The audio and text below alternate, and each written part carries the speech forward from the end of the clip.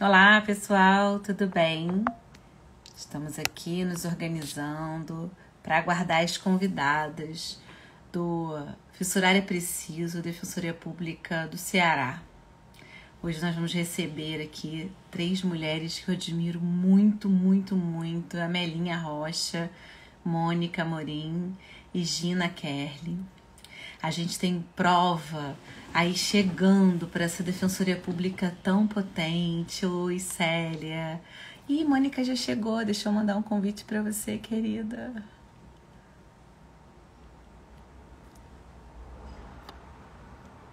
Gina também já chegou. Vamos lá. Gina. Mônica. Deixa eu inverter aqui.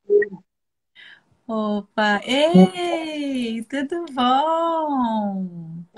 Minha querida Patrícia, tudo jóia? Tudo, muito, muito feliz e grata por você estar aqui hoje mesmo. Muito, muito, muito, muito, muito.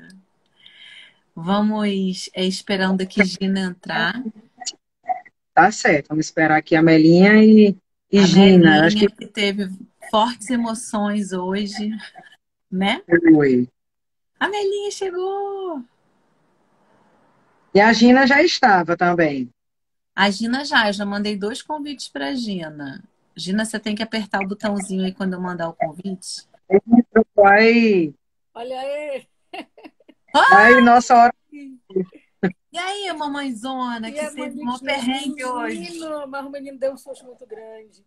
Mas papai já dizia que nem a mãe da Mônica, que menino bom é menino sadio, é danado, mas o meu já tá. Para esses um dia estava dando uma aula remota, quando ele chega com o dedo ó, todo torto, ao vivo. Não duvido daqui a pouco ele chegar e ele dar um oizinho também, não, viu? Ah, mas pessoa animada. Dentro da escola do Ceará, o Vinícius participa. É, já é mascote, né, Mônica? Nós temos essa honra de ter Inclusive, o sempre o padrinho dele acabou de entrar aí, ó, o Dudu, Ah, que coisa um dos boa. maiores defensores do Ceará. Maravilhoso. A Gina tá tendo algum perrengue para entrar, porque ela já chegou, eu já mandei alguns convites. E aí ela tá chegando aqui. Vamos ver o que vai rolar. Mas eu tô muito feliz que deu certo da gente se encontrar aqui hoje. Ela já vai chegar. Gina, você quer tentar me pedir para ingressar? Você também pode apertar nesse maisinho que tem uma câmerazinha. Ela, tá vendo? Não tá conseguindo. E me pedir. Aí também pode ser o contrário. Vamos ver se vai dar certo. Salve, salve, Olha compras! aí! Que coisa maravilhosa! Problemas técnicos que a gente sempre tem. Lógico, porque senão não tem emoção, não é? É Ah, igual o filho da Melinha hoje, botou a gente tudo nervoso de tarde. Ei, Mas sabe quem é que tá aqui em casa agora? Que a gente tava falando quem? com você, né? Rodrigo de Medeiros. Mentira! Que eu estive com ele semana passada. Ele tava Gente, falando aqui. coisa maravilhosa! Manda-me um beijo para Rodrigo. Tá falando aqui. Ó, Jorson maravilhoso. Muita gente boa Ah, passando por aqui. Essa mas Melinha, olha, viu, Patrícia? Aqui a gente tem a concorrência aqui é forte, viu? Tudo.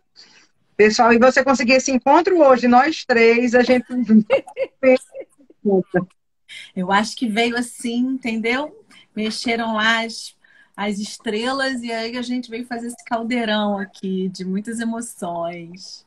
Mas olha, eu tenho que dizer para vocês 3 que é assim, é uma alegria mesmo do fundo da alma a gente poder estar aqui juntas hoje, compartilhando não só sobre a defensoria, mas sobre o sonho de uma defensoria mais inclusiva, de uma defensoria essencialmente promotora de direitos humanos, uma defensoria que não roube as vozes das pessoas que a gente defende, mas seja megafone dessas vozes, que as amplifique para dentro, por dentro do sistema de justiça. E assim, eu fui seguindo um calendário de provas marcadas, porque a ideia é também conversar com quem vai chegar para as trincheiras das lutas por dignidade, para ombrear as nossas lutas que já vêm sendo travadas. E aí a Defensoria do Ceará foi a última a marcar prova. Então, em uma certa medida, alguma coisa que começou em janeiro desse ano, a gente está aqui na primeira live de maio, na live do mês dos defensores, no mês da luta antimanicomial, num mês super simbólico para a gente, fechando, né? Pelo menos provisoriamente, esse projeto aí de fazer esse passeio pelas defensorias. E eu tenho aprendido assim um monte sobre a forma como os estados se organizam mais a fundo, não só em termos de defensoria, mas como esses estados têm desenhos muito ricos, né? E a gente tem uma realidade hoje com muitos cursos online e os concursos viabilizando inscrições também de uma forma mais facilitada online. Gente que é do Brasil todo que está prestando concurso aí para a Defensoria do Ceará. Não necessariamente as pessoas que são do Estado, que era a realidade dos nossos concursos mais antigos, né? Então, é importante também que as pessoas possam ouvir um pouco sobre o Estado, né? Sobre como é que é essa formação, como foi que a Defensoria foi se estruturando, assim, no Estado. E, assim, ouvir sobre quais são as atividades, as atuações mais quentes do hoje, né? Aquelas que mais marcaram a vida de vocês e que hoje são muito emblemáticas para a Defensoria do Estado do Ceará, que possam eventualmente virar uma questão de prova ou não, mas que sejam muito impactantes para as pessoas que vão chegar e vão somar aí nas trincheiras. E assim, de todas as vezes que eu fui, por exemplo, estudar sobre educação em direitos, quando eu fui olhar, a Melinha aparecia. O primeiro livro de princípios institucionais de defensoria pública, que faz uma releitura das atuações institucionais pelas regras de Brasília sobre acesso à justiça das pessoas em situação de vulnerabilidade, estava lá a Melinha. Mônica Morim vai escrever sobre litigância estratégica junto com, né, Mona Lisa Montenegro. Já E é um tema... tem um livro massa. Então, maravilhoso. Estava até por aqui, porque ele é meu marco teórico quando eu dou aula disso. Então, Melinho, aí seu. atrás de você, não tá? E eu já estava reclamando, cadê outras edições desse livro? Falando com Mona Lisa. Então, assim, quanta coisa maravilhosa. E Gina, cara, essa potência aí que movimenta aquilo que está emperrado, né? E que quebra a estrutura por dentro. Então, a ideia de fazer essa série de lives do Fissurar é Preciso é para a gente poder olhar para a estrutura do sistema de justiça a partir das possibilidades de incidência por um uso emancipatório do direito. Então, minhas maravilhosas convidadas, guerreiras, mulheres que eu admiro, a palavra é de vocês, né? Quem quer começar? Eu posso começar? Mas é óbvio, é Maravilhosa, super. Gina. Eu quero começar não só porque sexta-feira eu vou completar 19 anos de defensoria. E, assim, essa é uma data muito marcante na minha vida, porque eu, na verdade, não escolhi ser defensor. Acho que a defensoria me escolheu e eu me senti, assim, verdadeiramente apaixonada por essa profissão. Já são 19 anos, né? Eu vim da Polícia Civil, fui delegada de Polícia Civil, e naquele momento a escolha foi um pouco difícil, se manter na profissão naquela época foi um pouco difícil. O meu concurso foi o segundo concurso depois da nossa lei orgânica estadual, e e eu acho que ainda é um momento de criar nossa identidade, né? Eu acho que a Defensoria Pública ela está criando essa identidade, e nós estamos aí com concurso público, né? Hoje saiu, são quase 12 mil inscritos, mais de 300 candidatos para uma vaga só, e nós nos perguntamos, né? Quem serão os nossos colegas, né? E vem sempre aquela questão assim de esperar os seres iluminados, abençoados, né? Vocacionados, né? Que a gente sempre espera isso como a função de defensor público como a essência do ser, né? o que na verdade não deveria ser. Nós somos seres humanos falíveis, cheios de imperfeições, e que essa compreensão do defensor público, que eu tive num dado momento da minha vida, né? A minha mãe sempre dizia assim: Gina, você vai entrar numa carreira, vai numa profissão, você vai ser paga para fazer o bem às pessoas, né? Isso é fantástico. Mas ser defensor e defensorar, né, é muito mais do que esse pacto de ser o bom ser humano, né? O sujeito cheio de empatia, ele passa por uma série de momentos, de questionamentos muito teóricos que se convertem numa prática que tem que ser emancipatória, tem que ser transformadora, né? Eu posso dizer até tem que ser revolucionária, né? A gente tem um sentido muito próprio, né? Se você perguntar para qualquer pessoa, dizer qual é a função, qual é o papel da Defensoria Pública, né? É um papel de promoção de justiça social, de igualdade entre as pessoas, de atender a situações de não só de hipossuficiência, mas de vulnerabilidade. Eu acho que a gente devia estender a nossa compreensão para isso, mas como é que isso se faz na prática, né?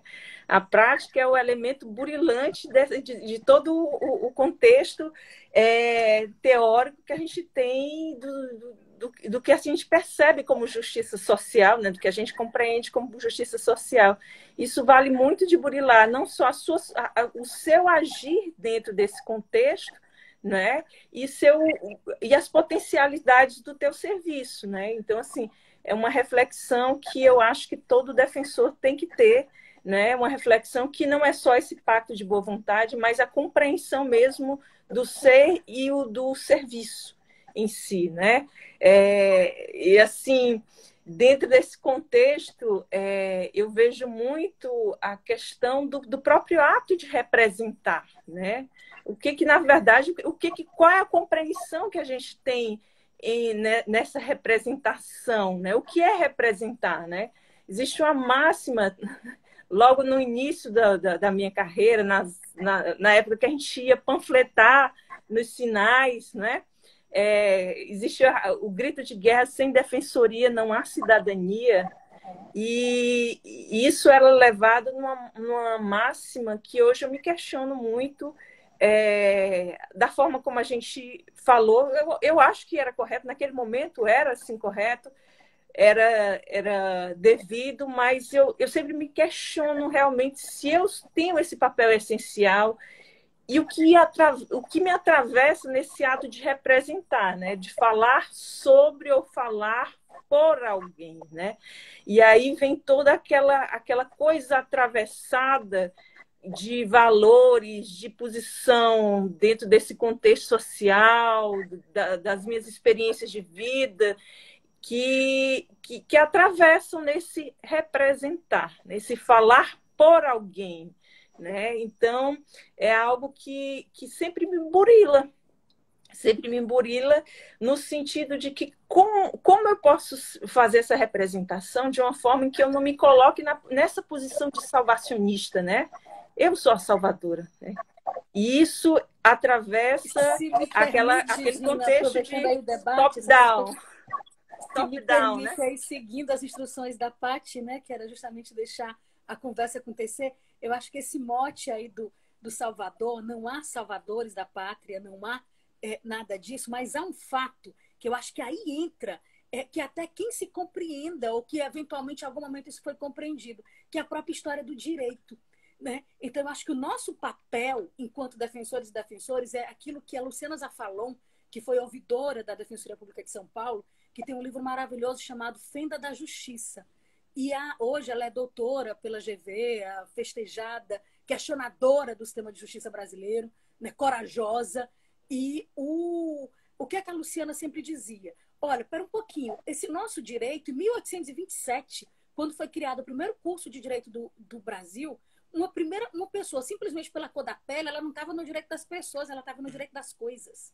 Então, ali, Luiz Gama talvez tenha sido o defensor público como nós nós somos hoje. Por quê? Porque o nosso grande papel, e aí vem a perspectiva salvacionista da cidadania, né? Que eu acho, e estou te falando muito mais para te tranquilizar, no sentido de que em nenhum momento a gente pode ser o sal da terra, não somos salvadores da pátria de nada.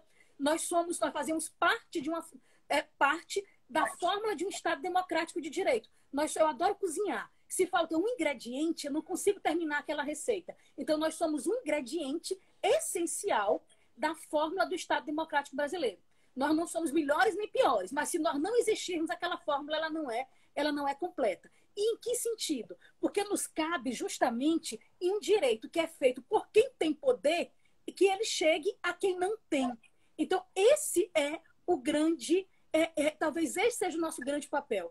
Eu lembro que quando nós começamos a falar em superendividamento, em direito à falência civil, nós éramos chamados de loucos, malucos. Eu lembro de um caso que acompanhei há uns 10 anos, que já tinha, que eu literalmente, Amélia, você é louca em ajuizar essa ação, não tem sentido.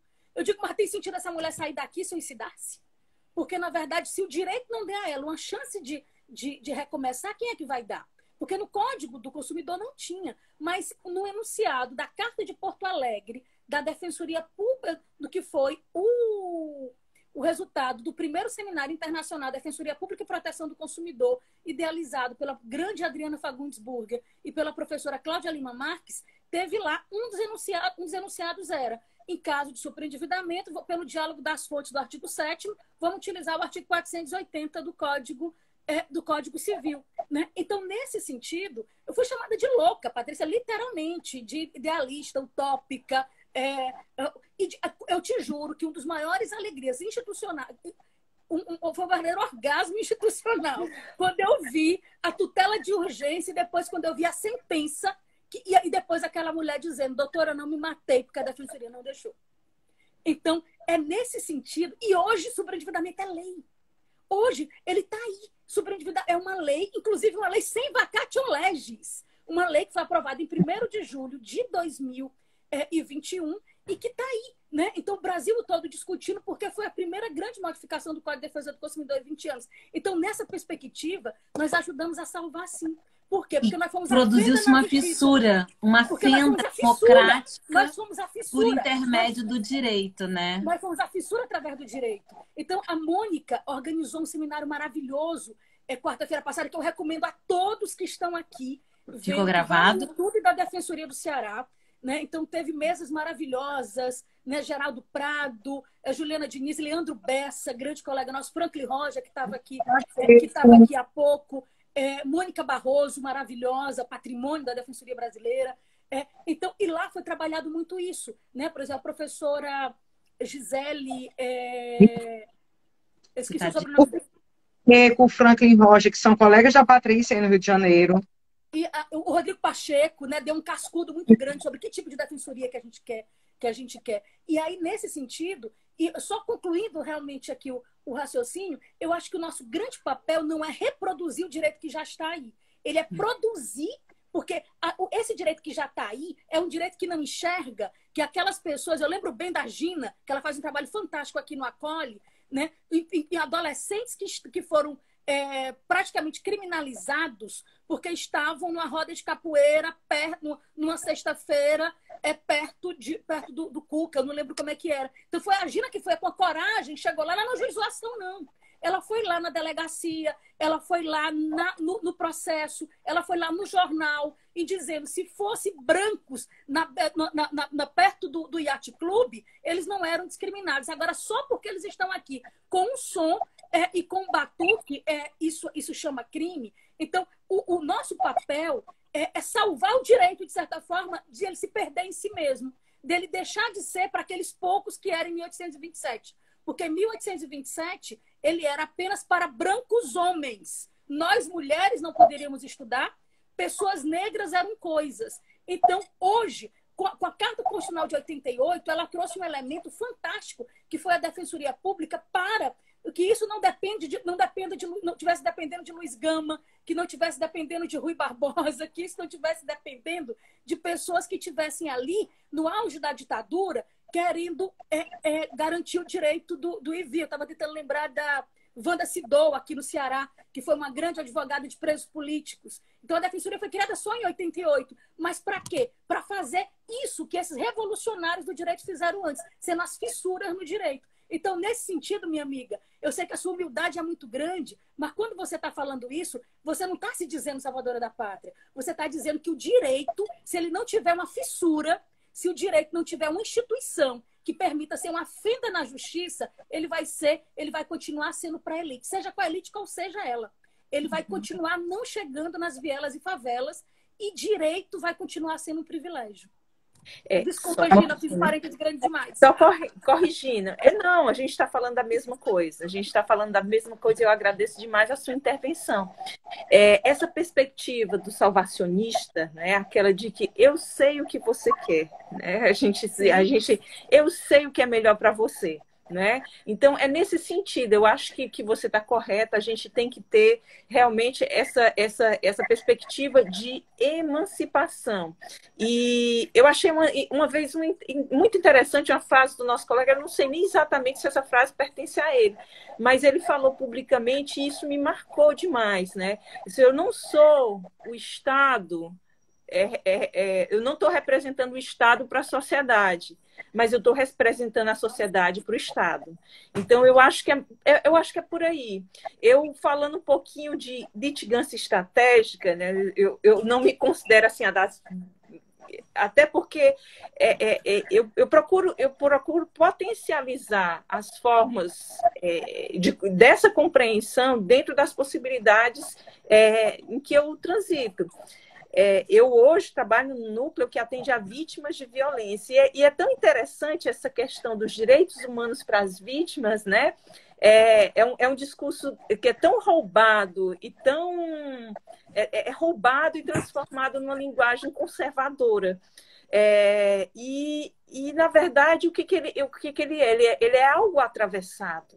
É algo atravessado que ignora todas as vítimas. Ele tem um imaginário de uma vítima branca, né, frágil, e que precisa o tempo todo ser tutelada. Né? Quando eu trabalho com jovens, negros, periféricos, que são vítimas e que precisam ser reconhecidos como tais. Então, assim, você trazer a possibilidade de se trabalhar com direito, né, de uma forma transformadora, contra-hegemônica, eu acho que é esse o grande potencial da Defensoria Pública. Né? Não se deixar levar por esse atravessado de que nós somos a voz de autoridade, nós somos o saber e o fazer do melhor. A gente tem que legitimar. Né? O trabalho de defensão é um trabalho de tradução e de legitimação de uma realidade, de uma prática. E eu acho que a gente só pode ter, de fato, uma litigância estratégica se a gente percebe toda essa dimensão. Né? Se a gente tem a compreensão dessa dimensão não como uma qualidade de ser humano, né? Uma qualidade moral da pessoa, não. Isso é uma compreensão de sentido, de ser defensor e de defensorar. Perfeito. Não, Gina, posso trazer uma cerejinha para essa conversa aqui que está no máximo. Da Gina e da Amélia, que essa semana eu confesso a todos que estão aqui nos assistindo que uma amiga advogada lá de Aracati me ligou para conversar várias coisas, e entre as quais ela disse, olha, porque um cliente meu veio me contratar para que eu o defenda numa ação contra a defensoria, que foi movida pela defensoria. Aí o cliente teria chegado para ela e teria dito, olha, que eu preciso de um bom advogado. Porque do outro lado tem uma mulher muito confuseira, uma defensora pública chamada Ana Mônica. Eu tomei isso como um elogio, porque às vezes as pessoas pensam que os defensores públicos, por nós termos assim, muito trabalho, acho que não tem aquele defensor público que diga que a vida da gente é tranquila, que a gente não tem trabalho, que eu me senti assim feliz, porque em que pese a gente ter muito trabalho, nós lutamos pelos interesses dos nossos assistidos, sejam em demandas individuais ou coletivas, seja de família, criminal, consumidor, como a Melinha tanto bem defende, o Rede Acolhe, que a Gina tem como um filho, acho que a Gina é apaixonada pelo Rede Acolhe, como é pela filha dela, então nós, defensores públicos, nós somos assim, não é um sacerdócio, não é nada, a gente está fazendo nossa função, mas que a gente seja sempre confuseiro, que a gente sempre... Ter coragem de ser contra a corrente. Exato, ser contra-majoritário, fazer essa fissura, poder emancipar, poder mexer os locais, poder levar indagações, poder fazer ressoar a voz das pessoas. Torna a repetir, não é sacerdócio, alguns falam que é sacerdócio, a gente recebe nosso salário, a gente trabalha, a gente dá nosso expediente, mas que todos os defensores públicos sejam, inclusive para os nossos colegas que vêm aí, que a Gina bem disse, 12 mil inscritos no Ceará, mais de 300 para uma vaga, que eles possam ser confuseiros. Confuseiros no sentido, Mônica, se me permite, a Adriana Burger, ela que foi muito importante na minha formação, Paty conhece, acho que vocês também muito, conhecem. Adoro, sou apaixonada. A Adriana hoje está aposentada e ela sempre dizia que a autoridade do defensor, ela não vem do status, ela não vem do grito, ela vem da força do atendimento fraterno. Ela vem da legitimidade do seu atendimento. Então, uma coisa que me preocupa muito hoje é porque quando eu, Gina, entramos no primeiro concurso depois, que acho que o primeiro concurso pós-lei orgânica foi o nosso, Gina, foi de 2002. Foi o segundo. Qual foi o primeiro? Acho que foi de... Você teve o 93 de 94, que foi do Vitor do Vitor e do Renan. Aí teve o de 97, que foi... A 97 teve a lei orgânica e depois teve o nosso de 2002. Nós fomos o primeiro depois da lei orgânica. Ah, então pronto. Aí depois de 2002, teve o da Ana Mônica, que foi o de 2006. Aí depois teve o de 2008.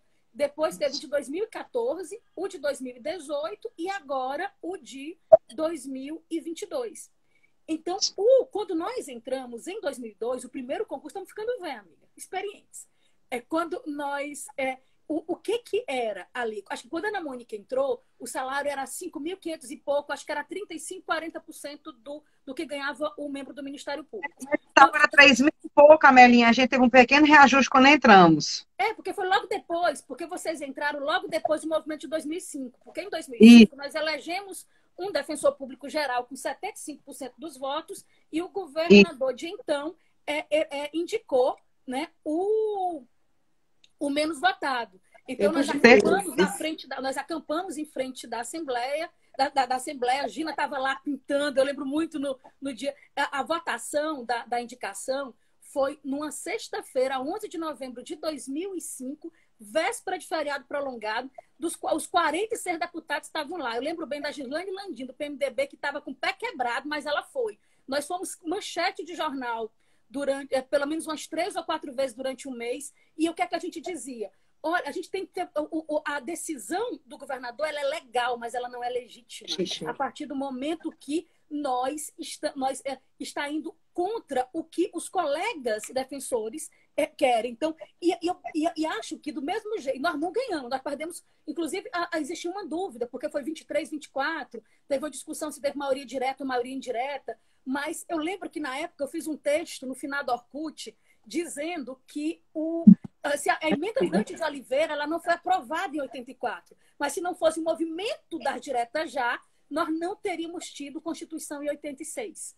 Então, do mesmo jeito, eu acho que o movimento de 2005, ele movimentou a Defensoria. Os 46 deputados começaram a saber o que era e começaram a ver que tinham pessoas que queriam continuar na carreira.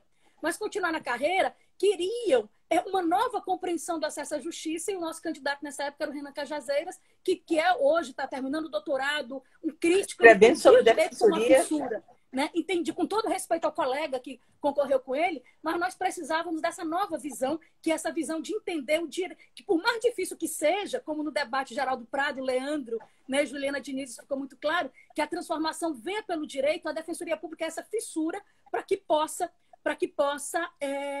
começar a vir. Então, qual é que vai pedindo passagem, né, Amelinha? Essa instituição que pede passagem. Pede passagem. É que nem aquelas correntes bonito, mas que dá um trabalho danado. Então, na época, o meu salário era R$ 2.500 e o da promotora que trabalhava comigo era 10 mil, era 25% do salário. Era 2.700 e pouco, o líquido dava 2.200 e pouquinho. E aí estou concluindo realmente. É só para dizer que hoje aqui no Ceará, o nosso salário objetivo é 5% de diferença do Ministério Público e da magistratura. Né? E se contar o que tem de plantão, a possibilidade de plantão, atuação cumulativa, etc., acaba sendo muito parecido. Então, o que eu digo é que se você não tem paciência para lidar com a diferença, se não gosta do cheiro do povo, e se uma vez, quando eu era defensora do Núcleo de Direitos Humanos, foi na época da decisão do ministro Carlos Brito com relação a feto anencefalo no STF, sim, a repórter chegou dizendo: eu quero a sua opinião como mulher e como defensora pública sobre a decisão. Eu digo que são 2 perguntas e 2 respostas distintas. Como defensora pública, eu tenho que dar voz àquela mulher. Como mulher, eu poderia dar voz à minha religião. Então, e aí gerou um outro debate, porque muita gente está tão naturalizado a questão do Estado e da religião que as pessoas não conseguiam perceber que aquilo ali era uma diferença. Então, nesse sentido, já quem está aqui assistindo, quem vai assistir depois, quem entrar na defensoria, se prepare para ser chamado de confuseiro, porque você vai ser contra-majoritário. Se prepare para estar na delegacia 3 horas da manhã de um sábado para domingo, como eu já vi várias vezes a Gina lá. Se prepare para ser chamado de doido, de idealista, que isso não vai dar em nada, que você só fala e não trabalha, como muitas vezes já me chamaram. E saber que você está plantando algo para ser uma fissura em um sistema que foi feito por brancos, homens, heterossexuais, em sua grande maioria. Então, a gente está sendo uma fissura. Então, está ganhando bem agora, mas não está ganhando bem para você, não. Está ganhando bem para o povo. Então, é por isso que é agente político. É agente político justamente para ter inamovibilidade, para ninguém pegar na sua munheca, mas que você também vai ser, quando você errar, vai ser também visto como defensor público que está errando. E você pode colocar toda a carreira também, a unidade de indivisibilidade atrás disso. Então, você vai, a partir do momento, você está tendo, como diz Carlos Aires Brito, não é um meio de vida, é uma razão de viver. Então, se você não quer esse trabalho de campo, se você não quer ir para a favela, para as vielas, se você não quer ter esse cheiro de povo, se você não quer conviver com quem seja diferente de você, porque muitas vezes em uma petição você vai estar defendendo o que você não acredita. Porque, como está dizendo muito a Gina aí, não é que você não acredite no direito, mas que você, por exemplo, não faria aquilo na sua vida. Por exemplo, agora, hoje mesmo eu estou ajuizando uma ação que, no fundo, eu não ajuizaria. Eu acharia que naquele momento ali eu não iria brigar por aquele dano moral. Só mas que essa decisão não lhe cabe. Eu nasci branca em uma família aquela pessoa ela teve outras dores e para aquilo ali foi um grande dano. E meu papel é entender a dor dela, botar a dor dela no papel e dar juridicidade à dor dela. Eu não sou julgadora. Eu estou levando para o Estado juiz. Perfeito, Eni. Eu aprendi com uma amiga, que é a Ludmila Cerqueira, ela é da luta antimanicomial também, professora da UFPB. Ela é muito conhecida também de Mona Lisa, Mônica. Ela diz assim, que a gente no direito, ela trabalha com direito achado na rua, ela fala assim, a gente do direito não precisa muito de oratória. Convencem a gente errado durante a faculdade, a gente precisa de escutatória. Eu acho assim de uma riqueza, porque para a gente reverberar vozes, a gente não tem que falar por cima ou falar por, a gente tem que escutar. Nesse sentido, Gina, eu acho que é muito feliz essa sua colocação de quando a gente vai falar dos direitos humanos das vítimas, que é muito mal situado, como se as vítimas fossem pessoas que precisassem ser tuteladas e cuidadas e frágeis. Na verdade, o que a gente estuda, que o direito dá esse nome de direito das vítimas, elas mesmas rejeitam essa palavra. Elas vão dizer que elas são sobreviventes do terrorismo de Estado, se a gente está falando aí desses jovens negros periféricos, sobreviventes da ditadura, né? Então, assim, a Vitória Grabois, uma pessoa que eu conheci na Corte Interamericana, naquele caso da guerrilha do Araguaia, a defensoria acompanhou o julgamento na rua, e depois a gente ficou próxima, é a filha do Maurício Grabois, e o irmão dela também teve, né, foi sumido durante aquele momento. E ela falou para uma vez que a gente estava numa mesa, ela falou assim, nós não somos vítimas, somos sobreviventes.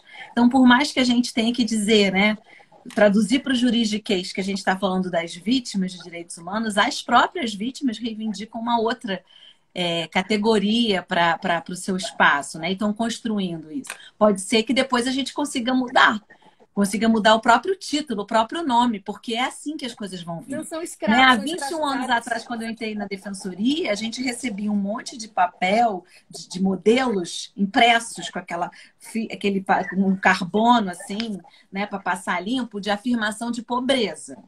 Aí depois teve um upgrade para declaração de hipossuficiência. E hoje o nosso critério é o critério da vulnerabilidade, seja em razão da situação de pobreza, razão do gênero, da privação de liberdade.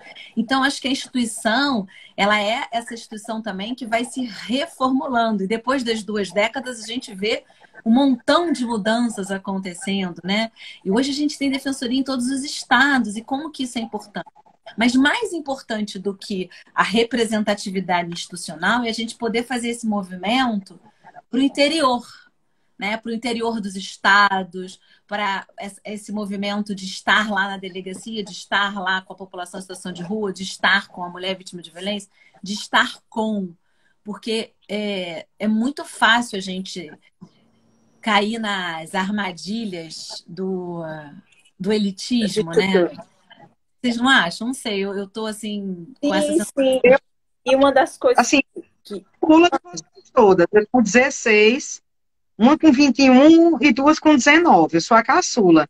Mas eu acho tão bonito ver como a nossa instituição mudou ao longo desses anos. Eu me lembro que eu também fui chamada. Você é advogada do SUS?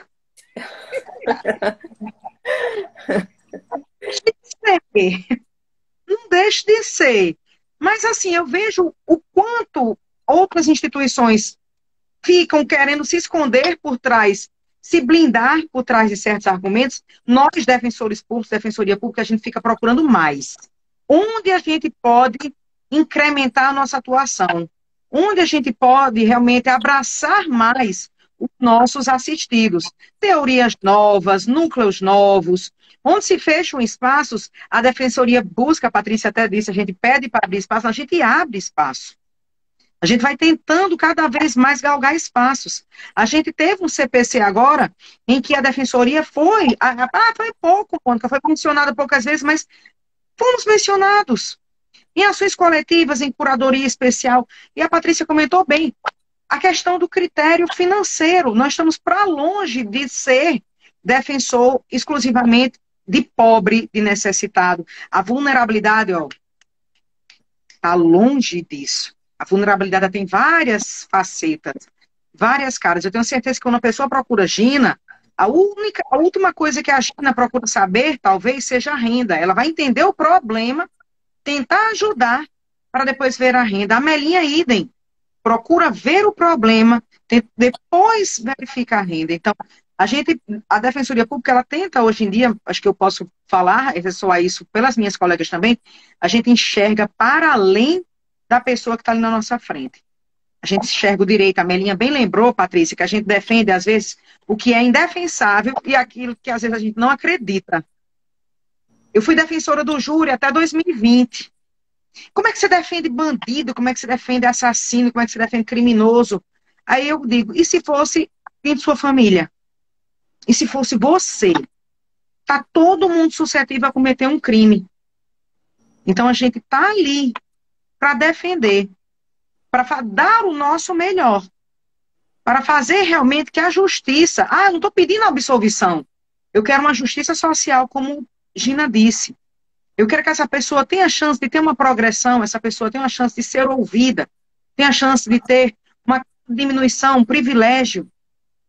Às vezes a gente atua assim, sem acreditar mesmo, sem realmente comprar aquela ação, né, Amelinha? Mas eu tenho certeza que, mesmo nesses casos, a gente busca sempre dar o melhor. Ser defensor, Gina disse, eu achei tão interessante que Gina disse, como é, Gina? Sua mãe disse, minha filha, você vai ser paga para fazer o bem. Isso. A gente tenta.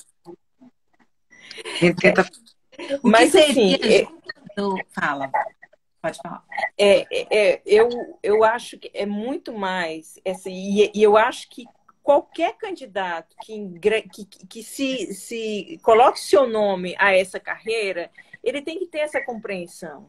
Ele tem que ter a compreensão do que é justiça social, do que é representar, não é? É muito, eu me lembro, muitos momentos torturosos assim no início da minha carreira, em que, sobretudo na área criminal, em que a gente tem as experiências de viver momentos assim de legitimar as estruturas, né? Isso passa muito pela área criminal, assim, quando isso me maltrata muito quando eu vou às audiências de custódia. Isso, assim, eu sinto isso na pele. Eu estou aqui servindo de instrumento para legitimar uma prisão arbitrária, para dizer que, olha, esse ato foi praticado na frente do defensor. E é nesse sentido, Mônica, que eu acho que você tem razão, tem que ser confuseira mesmo, tem que ser confuseira, ou como disse uma pessoa aqui no comentário, tem que ser barraqueira. Barraqueira. Eles vão ter que te ouvir. Tavares. Certo? Aqui no Rio a gente chama de barraqueira. Renata está aqui, Renata Bessa. Tavares, né? Não é mais Bessa, Tavares. Ex-Bessa, agora Tavares. Nossa mestre. Pessoalmente, eu a conheço, assim... Defensora Pública Interamericana, conhece Gina Renata? Conheces a Renata? Não. Vai conhecer, tem que conhecer. A Renata já que o negócio é a gente falar de problema, né? Já que a gente gosta de buscar solução, eu vou compartilhar com vocês um negócio que está me entalado aqui desde a semana passada. Temos um grupo, né, de defensores criminais, aí alguém vai e bota uma manchete de uma notícia que rolou no grupo de uma defensora pública aposentada e nominada que pratica um ato de racismo contra uma pessoa. Então, rolou e tal. E aí, a reação imediata da maioria dos colegas é quem é? Como é o nome da pessoa? Por quê? Existe uma dificuldade, né, nossa, por conta da nossa formação subjetiva, de identificarmos que o racismo não é individual. Não é um ato de preconceito de um contra outro. Ele é estrutural.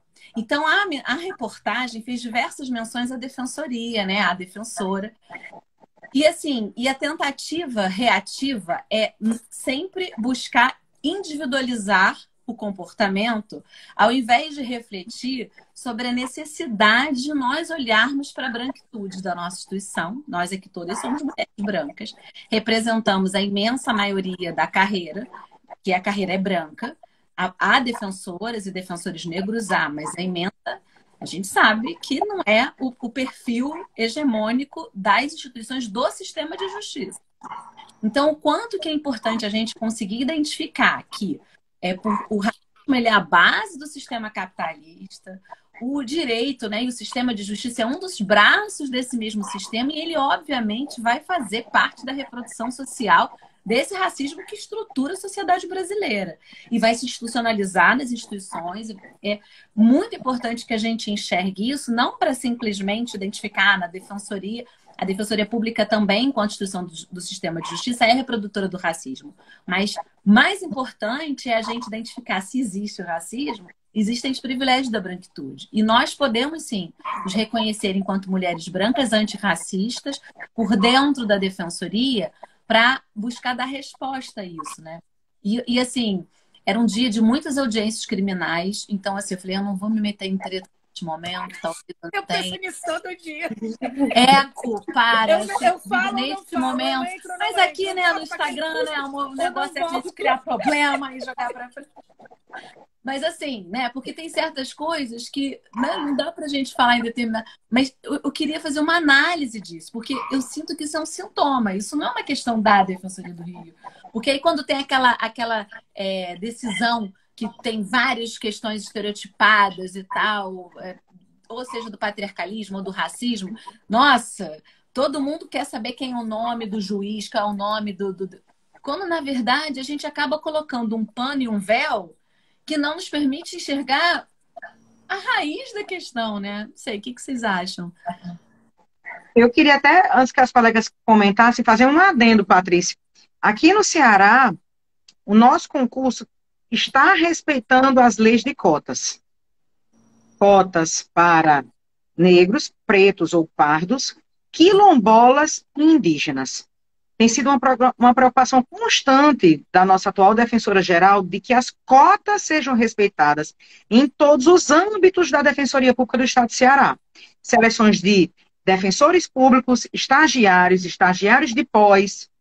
Nós estamos montando uma banca de heteroidentificação para deixar o quadro fixo, já com alguns nomes de pessoas que possam realizar essa avaliação, que tenham aquele tempo de qualidade e possam realmente fazer com que as cotas sejam respeitadas. Isso é a solução, Mônica? Não, não é a solução, mas pelo menos é um princípio. Eu queria só destacar o seguinte, eu acho isso importante, eu acho que o nosso Estado dá um passo enorme, e a Beth merece todo elogio por conta disso. Mas antes mesmo de falar nisso, né, e essa compreensão estruturante, eu assinalo alguns passos significativos dentro da própria defensoria. Talvez muita gente não saiba, mas nós temos no nosso quadro, nos serviços terceirizados, pessoas egressas do sistema prisional, não é? Que é outra coisa que eu acho fantástico. A nossa Defensoria Pública ter essa compreensão, não é? Eu digo que aqui no estado do Ceará não é diferente do cenário nacional. Nós temos uma representatividade das carreiras de justiça, a Defensoria Pública Estadual tem uma representatividade, aqui tem maior representatividade de mulheres, né, na Defensoria Pública. A maioria eu acho que só nós tivemos um único defensor geral. O resto foram todas mulheres, né? Mas ainda assim, nós ainda não somos nós não somos 50%, nós ainda não chegamos aos 50% da carreira. Então, perdão, Mônica? 47%, eu acho. Pronto, a gente está batendo ainda nesse patamar.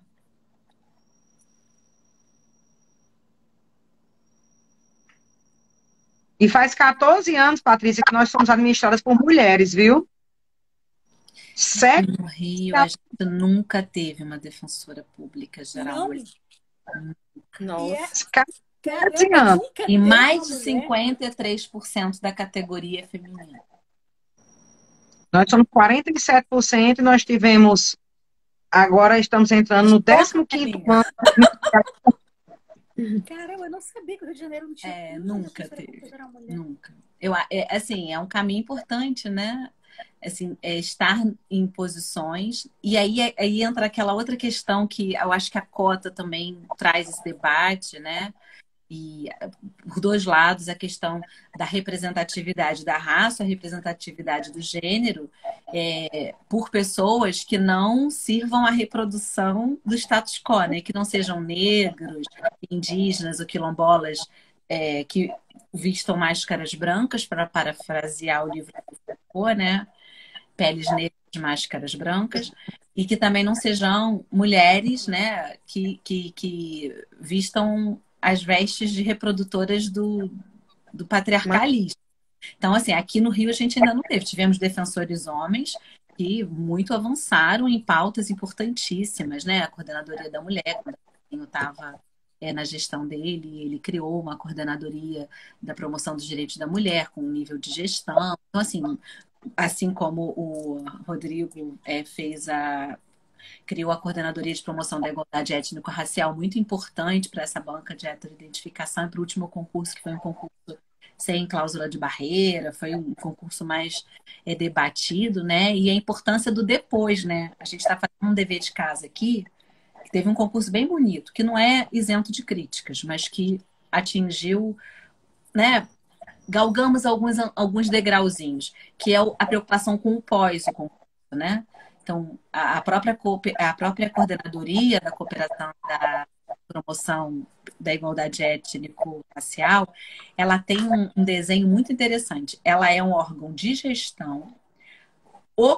A coordenadora, no caso, ela é nomeada pelo defensor-geral, só que na resolução que cria um grupo de trabalho que é montado por quem desejar ingressar nesse GT. Então, tem um momento anual de um edital que as pessoas se inscrevem.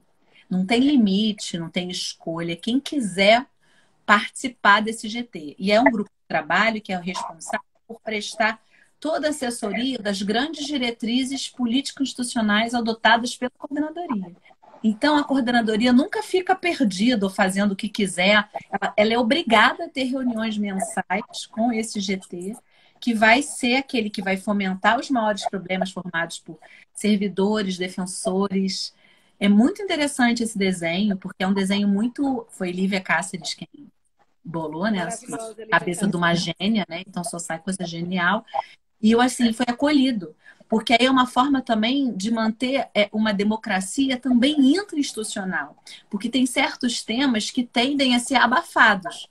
Mas se você permite que as pessoas que representam e que estão sentindo essas dores na carne, dentro da instituição, tenham um espaço de escuta, de fala, é muito interessante. E esse grupo, essa coordenadoria, tem sido responsável por fazer a cola e um certo acolhimento, né, de todas as pessoas desse novo concurso, com as que mais se interessam na carreira. São reuniões, assim, muito bacanas, né? Eu acho uma experiência incrível, que é uma experiência de gestão acolhedora e de pensar política pública e de discutir essas coisas por dentro da própria institucionalidade.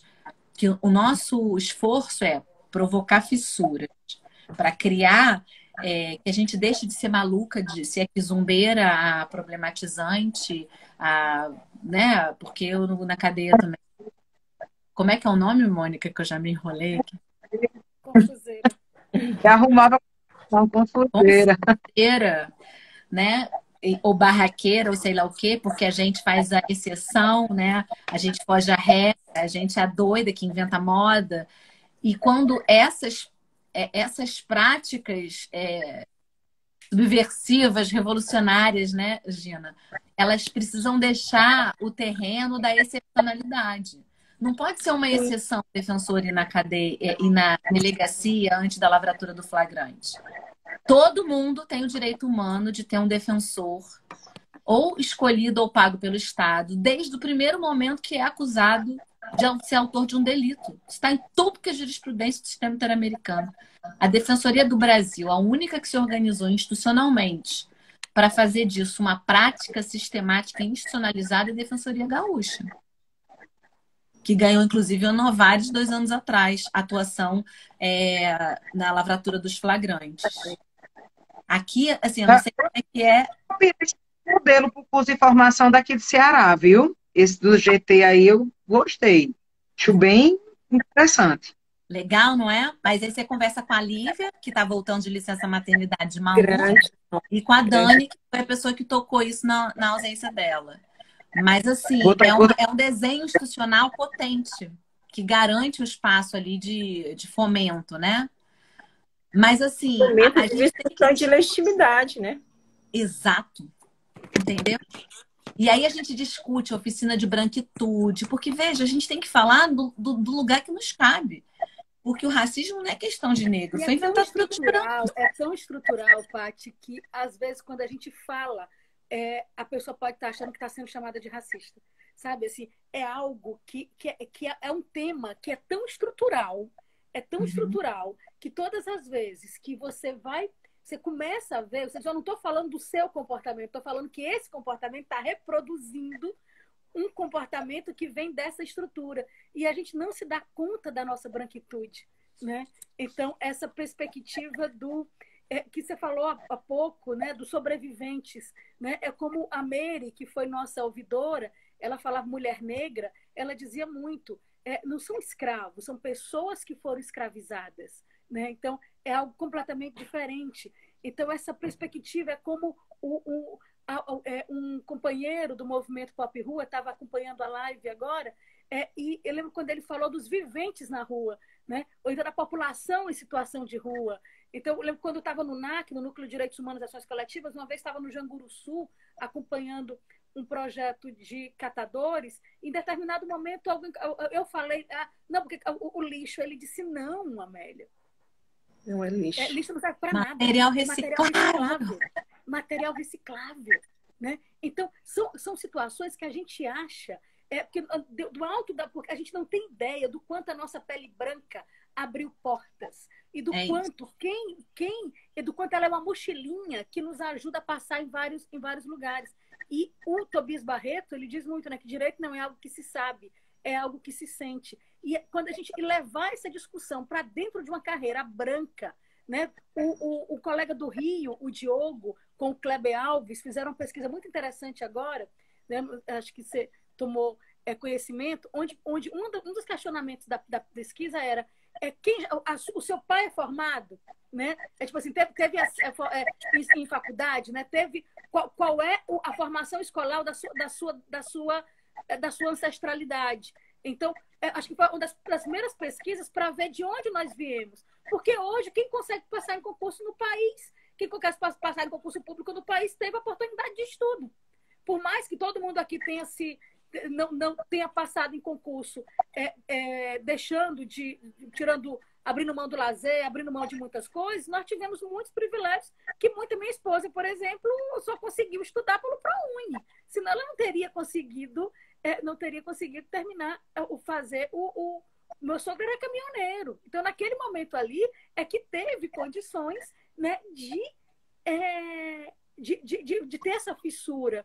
Então, essa consciência é algo que nós precisamos. Então, eu acho que mais do que o direito posto, do que a lei que está aí, nos concursos é preciso cobrar criminologia, formação do Estado, formação do direito, porque nós viemos aqui para quebrar essa estrutura, no sentido positivo da palavra, né? Ampliá-la, dar quem não tem sem tirar de quem tem. A gente não veio para reproduzir um direito que é excludente.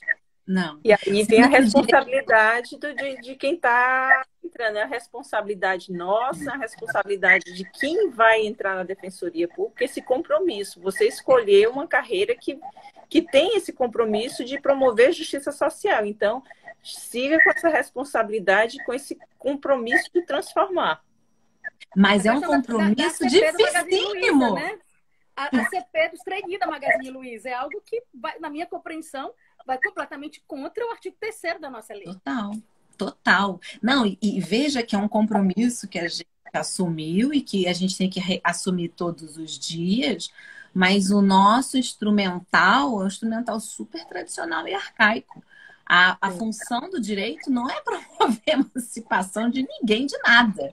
É justamente o oposto, é manter, né, as coisas como estão. Só que nós, subversivamente, a lá Luiz Gama, utilizaremos o direito contra ele mesmo para produzir essas fendas. Eu tive na ONU há uns anos atrás, em Nova York, e inclusive é uma visita que eu super recomendo, né? Não é do circuito tradicional Broadway, mas vale a pena somente para gente que gosta.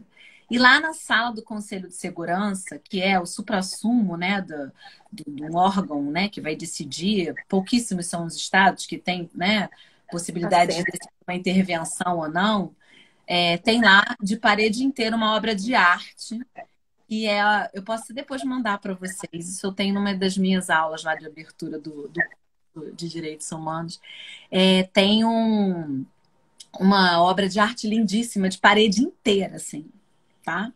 E embaixo tem uma série de registros imagéticos de dor, guerra, de sofrimento, de doença, tudo em preto e branco. Muitos corpos negros.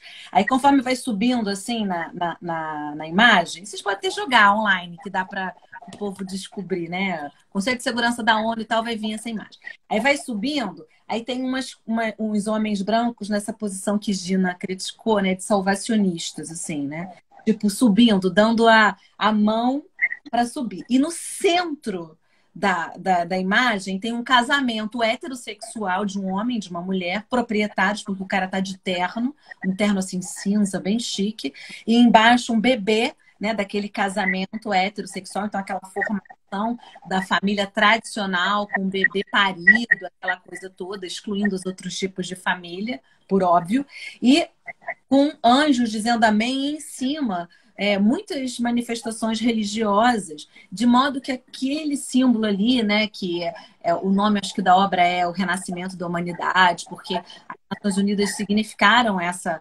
formulação de um novo pacto civilizatório pelo direito, pelos direitos humanos, pela proteção da pessoa humana.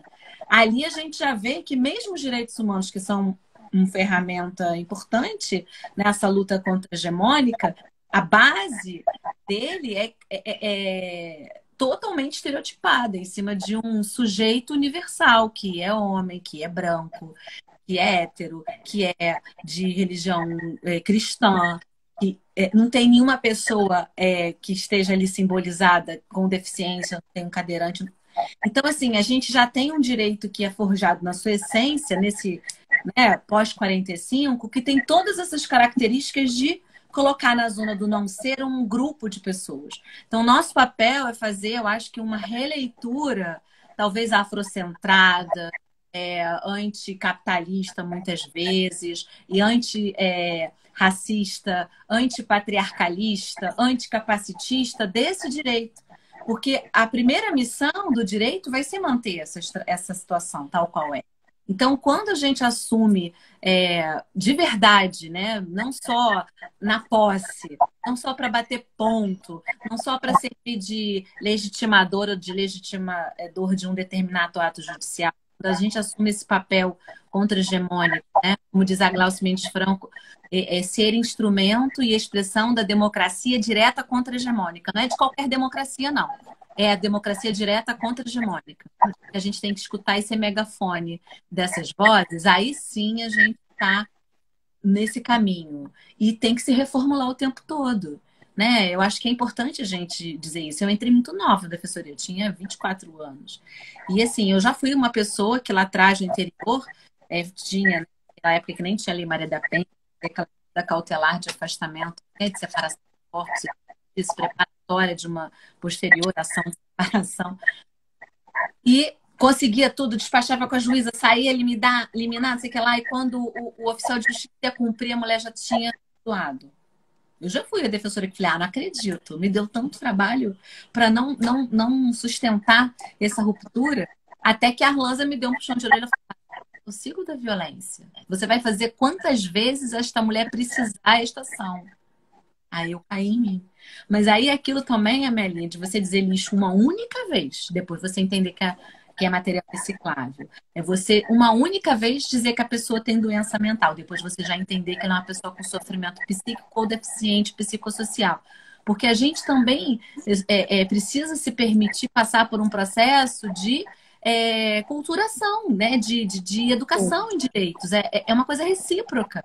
Não é uma via de uma única, eu ensino, você aprende. É uma troca. Porque... Paulo nós temos que aprender. Nossa assistida ensina muito a gente. Uma vez eu estava numa audiência na vara cível, era um erro médico, ele tinha ficado cego do olho direito. E foi oferecido a ele na audiência de conciliação, Gina, R$3.000 de indenização. Era na 25ª vara cível, uma juíza maravilhosa, a doutora Maria José, e ele chegou e disse assim, doutora, eu posso fazer um pedido? Aí eu olhei assim, digo, o que será que ele vai pedir? Mas tudo bem. Aí a doutora Maria José disse, não, claro que pode. Aí ele disse, todo mundo aqui pode botar a mão no olho esquerdo por 1 minuto? Aí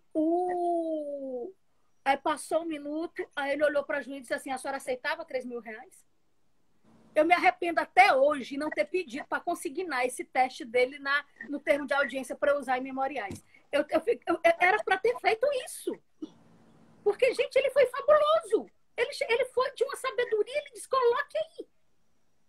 E vocês aceitariam R$3.000? Os próprios colegas que estavam ali, na verdade, muitas vezes nem concordavam com aquilo, né? Estavam ali justamente para dar voz também para os clientes dele. Então, ele deu uma lição ali para todo mundo. Então, o nosso assistido, e aqui meu assessor aparece logo, tá? Olha aí, ó. Que ele entraram aqui. Maravilhoso, já tá cheiroso aqui. Ai, vai que dormir. delícia. Então, é isso, é ter essa humildade de saber que a gente sabe um pouco do direito posto, mas a gente sabe muito pouco da vida que nós precisamos, que o nosso papel não é ajuizar a ação, não é fazer uma petição bonita, não é ser ovacionado, não é nada disso. O nosso papel é fazer com que o artigo 3º, contribuir para que o artigo 3º da nossa Constituição possa ter vida concreta nas vielas e favelas. É fazer com que as pessoas possam ter o direito de viver e não sobreviver, né? Então, nesse sentido, a gente tem muito o que aprender. Porque, gente, nossa vida pode ser difícil em muitos aspectos. Mas não eu recebi uma estagiária há 1 mês, Mônica. E uma menina maravilhosa. E ela hoje, conversando sobre um caso de um idoso superendividado, ela é espantada, que ela disse que aprendeu em um mês na defensoria muito mais do que ela tinha aprendido praticamente em toda a vida dela. Né? Por quê? Porque, na verdade, nós lidamos com as dores reais. E são dores reais de que muitos colegas não sabem. Não sabem, não é porque não querem, não. É porque não sabem que aquilo existe. Quando eu ensinei, aprendi na Unifor Teoria dos Direitos Humanos, teve um aluno que, no final da aula, me disse assim: professora, muito obrigada, porque com a disciplina eu descobri que outras pessoas existem. E ele estava falando de boa fé. Era um menino branco, de uma família rica, classe média alta, com a família perfeita. Assim, não é perfeita, mas a família equilibrada, privilegiada em todos os aspectos. E ele achava que a gente levou algumas pessoas... Uma dinâmica era realmente levar quem sofria direitos humanos para conversar com a turma, né, que acontecia aqui na periferia de Fortaleza. Ele achava que isso acontecia na África. Não acontecia aqui. Nossa, mano. Então, nesse sentido, esse nosso papel de traduzir essa realidade, de levar isso, né, essa realidade que muitas vezes é inconveniente, é melhor as pessoas não verem. Então, quando a Gina chega e diz assim, caramba, se esse batuque aqui fosse em frente ao Yacht Club, no antigo Mucurico Club, todo mundo ia achar lá massa. Agora, só porque esse batuque aqui na periferia já vai dizer que está indício de criminalidade, quando a Gina chega para dizer isso, né? Então, isso muitas vezes é um soco no estômago de pessoas de boa fé. De pessoas de boa fé que não conseguiu compreender que a vida não era só aquela bolha que ela vive. Né? Então, essas fissuras que a gente precisa fazer, elas não são fáceis. Tem dia que a gente fica super desestimulado. Né? De várias vezes aqui, Mônica, Gina, eu dizia, Mônica, não desista, é assim mesmo, transformar dá trabalho. Respira, segue adiante. Depois era a Gina que dizia, Melinha, você não pode desanimar. Peraí, vamos seguir adiante. Não desista. Outra vez, ainda eu conversando com a Pátia, será que vale a pena a gente continuar na luta? Vale. Agora, a gente precisa também encontrar formas de autocuidado. Porque a gente lida com a realidade muito difícil. Hoje eu recebi uma mensagem de uma assistida dizendo, doutora, será que esse ano meu problema é resolvido? Eu disse, eu não posso lhe garantir. Mas eu posso dizer que a gente vai lutar com isso e que é melhor a gente lutar do que a gente ficar parado. Mas pode ser que demore 10 anos. E como a Patrícia disse, a defensoria me estimula cada vez mais a estudar, sabe? Eu, semana passada, assisti na defensoria do Ceará, encontro sobre racismo, estou lendo sobre aporofobia. Gente, é um universo que a gente pensa, que a gente tem conteúdo, eu, Patrícia, Amélia, Gina, quando a cada dia a gente se descobre realmente uma formiguinha dentro de um sistema tão grande, tão macro, que nos força realmente a estudar cada vez mais para realmente a gente desempenhar melhor nossas funções. Eu, a cada dia que descubro um pouco melhor. Eu estava aqui, eu estou olhando para a tela, não é fazendo outra coisa não, é anotando o que a Amélia... Eu até acrescento mais, Mônica, eu acho que isso, assim, a cabeça da gente é tão formatada para lidar com direito dentro das estruturas do poder judiciário, que quando a gente fala essas coisas e dizer que isso também é em favor do nosso assistido, isso é mal compreendido, inclusive dentro da própria instituição, né? A gente, uma das coisas que tem... me burilado muito e, assim, eu agradeço muito as potencialidades que tem me ajudado muito as possibilidades que a Defensoria tem me dado de trabalhar no sistema prisional e agora na Rede Acolhe, de você ter outros espaços de proteção de direito que não o sistema de justiça, né? Eu acrescento até mais, isso é um perfil que a nossa Defensoria tem abraçado, a Defensoria do Rio nem se fala, certo? Mas de lidar com a proteção dos direitos dentro de outros saberes. Eu acho que cada vez mais as defensorias têm diversificado o seu quadro de profissionais, né? E isso tem enriquecido de uma forma muito significativa, assim, o nosso trabalho.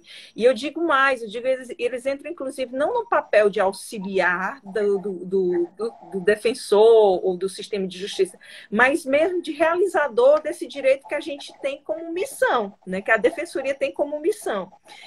Outra coisa também que eu acho dentro desse espectro de litigância e estratégia, né, de proteção de direitos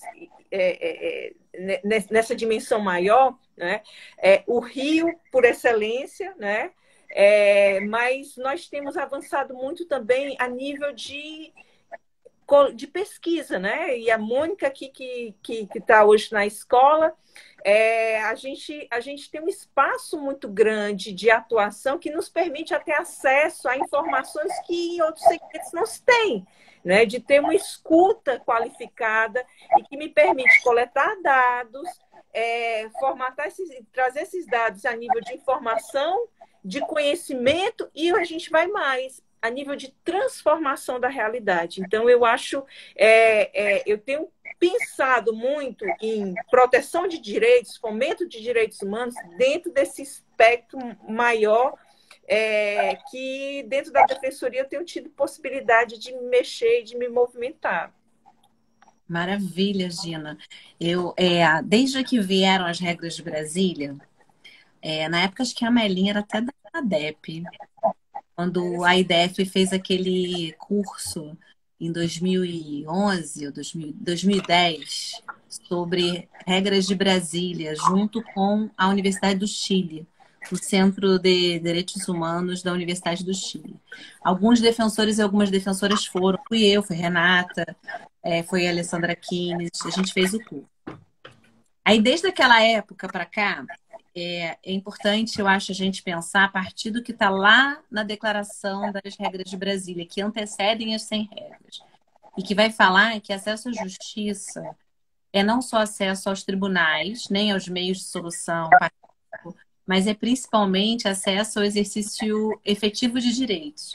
E aí, nesse campo extrajudicial, para além das soluções alternativas a um litígio, a gente tem aqui um espectro de atuações que nos cabe como missão institucional precípua e que estão lá no guarda-chuva da promoção dos direitos humanos, que é muito mais do que a educação, a direitos, a orientação jurídica, é também assento em conselhos, é assessoramento legislativo, é participação em grupos de trabalho para a produção de política pública, é a organização desses trabalhos, como, por exemplo, o da Rede Acolhe, o monitoramento e fiscalização em locais, seja de privação de liberdade, seja a própria execução das políticas, é o chamamento de audiências públicas, seja para mediar um conflito possessório, por exemplo, ou para ouvir e direcionar alguma política institucional. Então, a gente tem uma gama de atuações que ficam muitas vezes adstritas a alguns órgãos especializados, quando todo e qualquer defensor público lá do interior,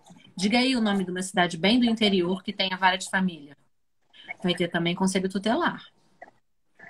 E, assim, é obrigação do defensor público se apresentar ao conselho tutelar, dizer eu sou o defensor, e aí eu estou aqui, qualquer problema, eu também quero poder sentar com vocês para conversar das maiores questões. Porque se a gente não faz essa costura, não exerce esse papel como alguma coisa que faz parte do nosso labor defensorial, a gente vai continuar reproduzindo apenas o que nos manda a máquina judicial, que são as ações. Você está ali, onde tem um promotor, vai ter um defensor na vara criminal, onde tem um advogado, né, que precisa ter representação, vai ter o defensor. E aí a gente fica muito ali subserviente a esse poder judiciário. Não que isso não seja fundamental, importantíssimo, não quero diminuir de forma alguma esse tipo. Inclusive, a atuação que eu exerço hoje eu sou defensora hoje em vara criminal. Mas tem muitas outras coisas importantes que a gente precisa fazer além, né? E a investigação defensiva nos processos. Então, assim, essa potência da defensoria que eu acho, assim, que está muito nas mãos de quem está chegando, né? Eu já passei da metade da carreira, estou muito mais pro lado de lá, se deixarem eu me aposento um dia, do que do começo. Mas, assim, a galera que está chegando, né, com esse sangue verde, precisa se apropriar muito dessa necessidade de caminhar estrategicamente. Nós não podemos nos encastelar de modo algum. Nunca! Se a gente se encastelar de qualquer forma, a gente algo acaba que com a nós perdemos a razão de existir. Que a gente não consegue fazer a ponte. O nosso papel é ser a ponte entre os palácios e as favelas. É derrubar os muros. A gente não vai conseguir fazer isso pelas telas. As telas são importantes excepcionalmente, né? Então, aproximam, elas são um complemento, mas é algo que a gente precisa conhecer cada vez mais essa realidade. Então, isso me preocupa muito, porque é algo muito novo. Então, a carreira, enquanto a gente não tiver consciência de que o nosso papel não é reproduzir direitos, mas produzir soluções que façam com que as pessoas vulneráveis elas possam realmente participar das instâncias de poder, porque o direito ele não está só na instância, ele não está só na instância do poder jurídico, que é o direito tradicional que a gente usa. Ele está em todas as instâncias. Ontem eu estava estudando para a prova que meu filho fez hoje de manhã sobre capitanias hereditárias, né? E vendo que esse foi o primeiro modelo administrativo do país. Privado. Então, aquilo ali, quando eu estava estudando história com o Vinícius, ontem à noite, a gente teve um trechinho lá do livro onde disse assim, então foi daí que veio o fato de que o fulano, o seu João não tem terra e o fulano tem milhões de terra, né? Então, essa própria história da formação do Brasil. Então, não é só o Ponte de Miranda, nordestino, ele já dizia que aquele que acha que sabe direito, sabendo só direito, nem direito sabe, né? Então, nesse sentido, é algo que a gente lida com preconceito o tempo inteiro. 1748, Montesquieu já dizia que era racista, né, que era machista, mas que naquele momento ele era de vanguarda. E ele dizia, né, que seria o mais feliz dos mortais no dia que o homem se despisse dos seus próprios preconceitos. Gente, nós vivemos com muitos preconceitos o tempo inteiro. Eu sofro preconceito o dia inteiro pela minha simplicidade, porque eu não uso batom, porque eu não me ligo para roupa, porque eu acredito muito em uma frase atribuída a Baruch de Spinoza, que diz que mais vale o cereal do que o saco que nele vai. Uma vez eu fui barrada na própria palestra que eu ia fazer, porque eu disse, essa vaga aqui é da doutora Amélia. Eu não acreditava que a doutora Amélia, eu viro o meu currículo, bonitinho lá, negócio arrumadinho, né? A doutora Cular publicou não sei o quê, viu não sei o quê. Eu não vi que ela estava no Voyage caindo aos pedaços, entrando, e sem blazer, sem batom, com cabelo assanhado. Eu digo, não, mas eu sou a Amélia, que é a palestrante. Então, a gente lida com esse direito. E olha que eu sou branca e loura, viu? Então, imagina se não fosse. Então, eu acho que o grande papel, e isso começa dentro da nossa própria casa, e não é fácil. Então, quem está chegando, não chegue para pensar em você, né? Pense que você está...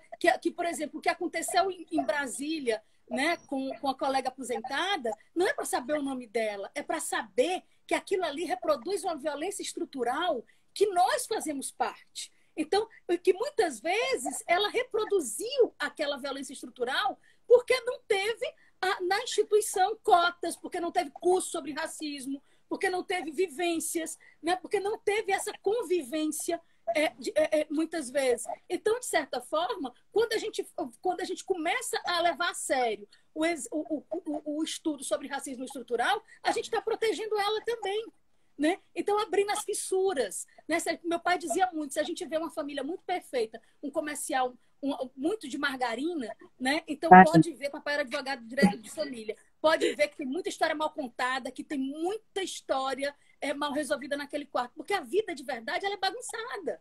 A vida de verdade, eu tô fazendo aqui a live e o Vinícius lá, tá na hora de rezar para eu dormir. Então, é isso. Então, e essa Amelinha, verdade, mas foi aqui, tá? A treta da mulher racista foi aqui, defensora do Rio, tá? Ah, foi do Rio? Achei que fosse de Brasília. Aí a Mara que me contou ontem, lá sexta-feira. Então vai ver que foi outra história que aconteceu em Brasília também, porque isso é sintoma, né, de uma situação estrutural. Mas é que eu contei que quarta-feira passada ganhou as manchetes dos jornais, foi aqui no Rio.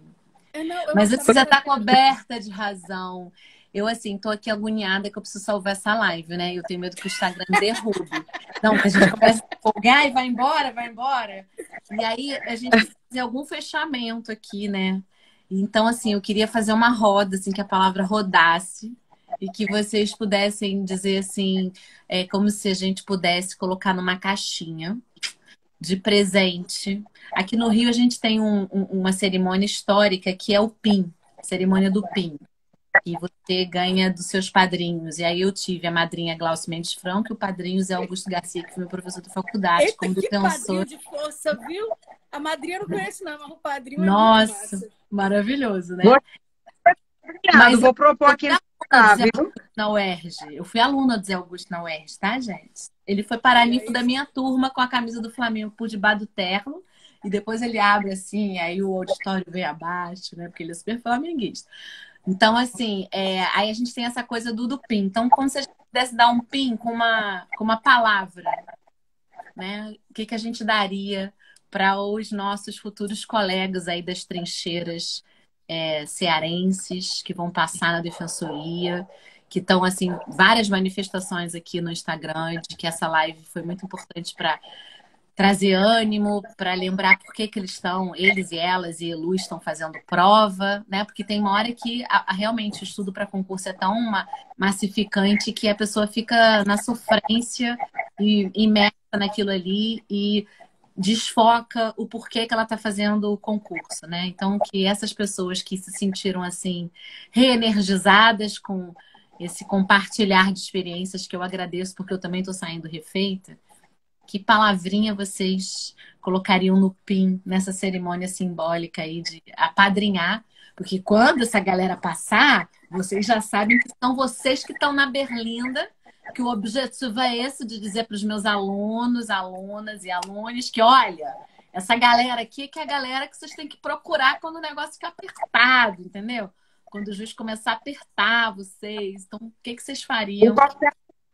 Encaminhado para cá para o Ceará, viu? Nem se preocupe. Gostei também. Tô só copiando. Mas o que você colocaria no PIN?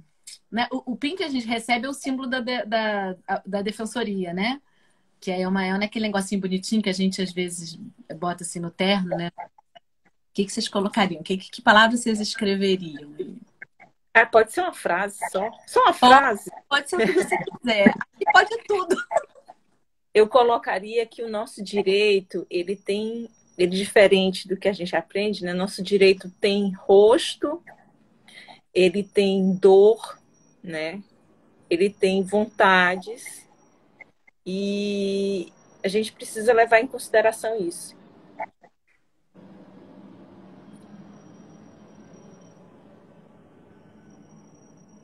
Melinha, vou deixar você falar primeiro, porque eu já estou aqui me emocionando. Não, eu vou dizer duas frases, na verdade. Eu acho que a humildade, a gente tem que saber que nós não vamos, por melhor que nós façamos, nós estamos brigando com uma estrutura que existe há mais de 2000 anos, então que não existe salvador da pátria, mas que a gente pode fazer. E eu quero cumprimentar minha amiga Madá, lá do Cariri, que acabou de entrar aqui, né? E é em nome da Madá e da Verônica, casal maravilhoso, de luta, que muito me inspira, que eu digo que é humildade e esperança, né? Então, é preciso ter muita humildade no sentido de que o nosso maior presente é o direito, poxa, mas que muitas vezes nós vamos receber não, mas a mole quebradura tanto bate até que fura. E é preciso sempre, a partir daí, com essa humildade, com essa perseverança, esperançar, né? Porque já dizia Paulo Freire, é preciso ter esperança, mas ter esperança do verbo esperançar, porque tem gente que tem esperança do verbo esperar, e esperança do verbo esperar não é esperança, é espera, e a fome não espera, a injustiça não espera. Então, você que está chegando aqui na Defensoria, saiba que você vai ter muito mais responsabilidades, né?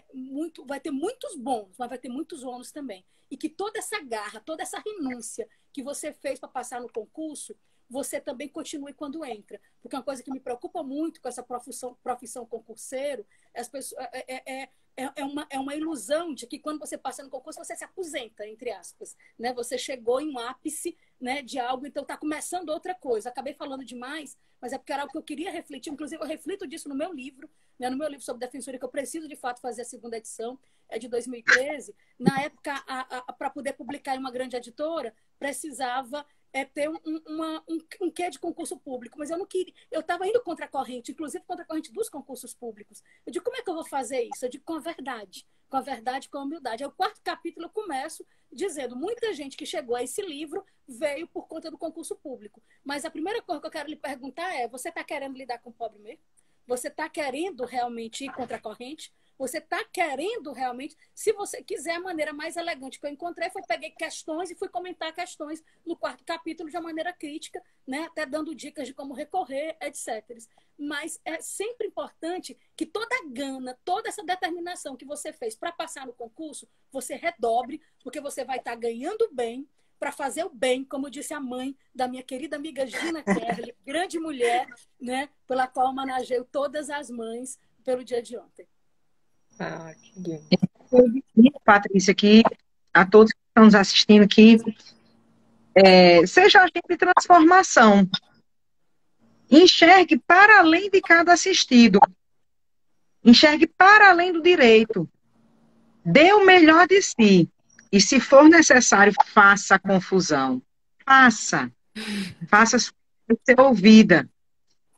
Saia dessa engrenagem que a gente é subserviente. Gina disse uma coisa maravilhosa das audiências de custódia. Eu ficava inquieta em audiência de custódia. Eu tenho que entrar muda e sair calada de jeito nenhum. Seja agente de transformação. Busque uma verdadeira justiça social. E, principalmente, se for necessário, faça uma boa confusão. Ei, Patrícia, depois pede a Mônica para fazer uma rima da live, viu? Mônica é nossa cordelista, viu? Ai, que maravilhosa. Vai Poeta fechar de mão cheia, repentista de mão cheia. Ai, quer fazer? Faz. Tô Deixa eu dar minha envergonhada. palavra. Deixa eu dar o meu fim, aí você vai pensando em alguma coisa, se quiser, tá? Eu colocaria assim, afeto é verbo. Porque a gente precisa entender afeto bem a la Spinoza, como eu aprendi com a Anísia da Silveira. Afeto é afecção. Então, afeto é um verbo, é uma ação.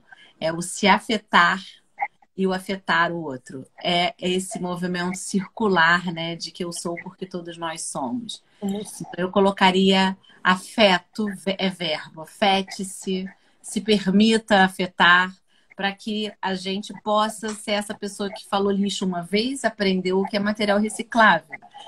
Uma vez ficou irritado porque a mulher resolveu perdoar o marido e depois entendeu que todas as vezes que ela quiser, a gente vai fazer aquela mesma ação. Então, que a gente possa estar sempre aprendendo nessa carreira que a gente escolheu para estar fazendo esse movimento. Porque defensorar é movimento, né?